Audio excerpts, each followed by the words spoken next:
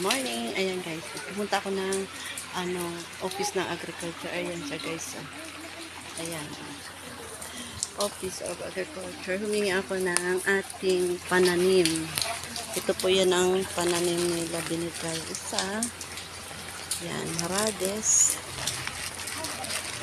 Yan. Okra. Ayan guys. Madami sila. Tapos ano to isa. Kangkong. May kangkong din pala guys na nasidling. Ayan. Tapos ito ay radish at saka pichay. Ayan o. Tapos dami natin. Ayan. Ito isa mustasa. Ayan guys. Kaya yun ang ating itanim naman doon sa ating garden. Ayan. Nalaman ko na guys ang office nila dito. Ayan, kaya tapos na pa-reserve ako ng ating isda. Ayan guys, ang dami pa. Madami na. Akra. Kaya yun, ayan sila. Ang office ng agriculture. Ayan, alam mo naman si Ami sa sobrang very kaya yun, maulan lang, antay ko lang ngayon kasi umuulan.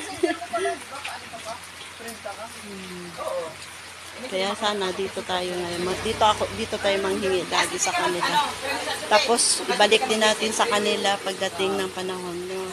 Pag pumunta ako dito manghingi, tapos magdala tayo ng kanilang biyaya naman para ibigay naman sa kanila. Medyo lang. Ayan siya guys, office. Ayan.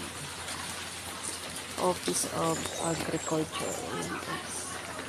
Ayan ang office nila. Ayan, kaya nga, antay na natin magpila ang ulan. Kanina ang ganda ng, tingnan mo, lumabas na ako.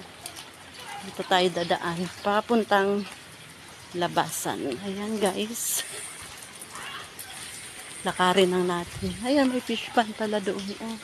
Ayan guys, ang fish pan nila. Oh. Ayan, ganyan pala. Tapos kukunin natin kung ilan ang tilapia lang daw guys ang available. Pero tatawagan pa tayo. Hala, grabe. Ang ating adventure natin ngayon ay inalam ni Ami Vlog ang agriculture ng Bakon. Ayan guys, para mapadami natin ang ating mga binhi doon sa ating taniman. Wala akong payong guys, kaya yun. For today's vlog, nanghingi si Ami Vlog ng binhi. Sige na, babay na. Nandito na ako, kapaulan. Tingnan natin. Ayan, thank you. Maraming salamat sa panood dyan. Thank you for and subscribe my channel. Bye-bye.